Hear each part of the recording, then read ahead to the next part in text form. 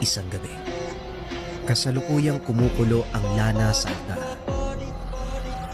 Apo, nandito na sila.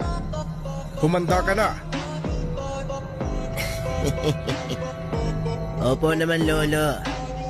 Kanina ko pa sila inaantay eh. Sa katunayan, napigil sa pagsasalita si Marco. Bumukas ang bintana. May kung anong humila sa kanya palabas.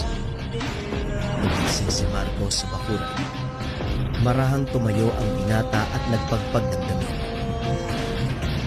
Ay nako, araw-araw na lang kayong nanggugulo. Hindi ba kayo nagsasawa?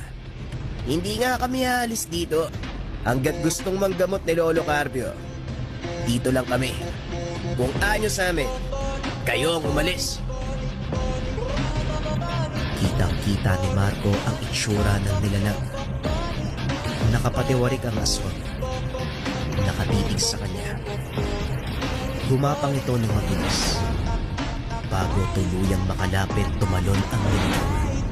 Walang pagdadalawang isip na sinunggaban si Marco.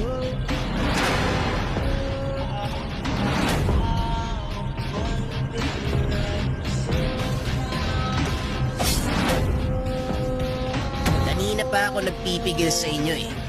Ngayong sinagad niyo ako. Pasensyahan tayo.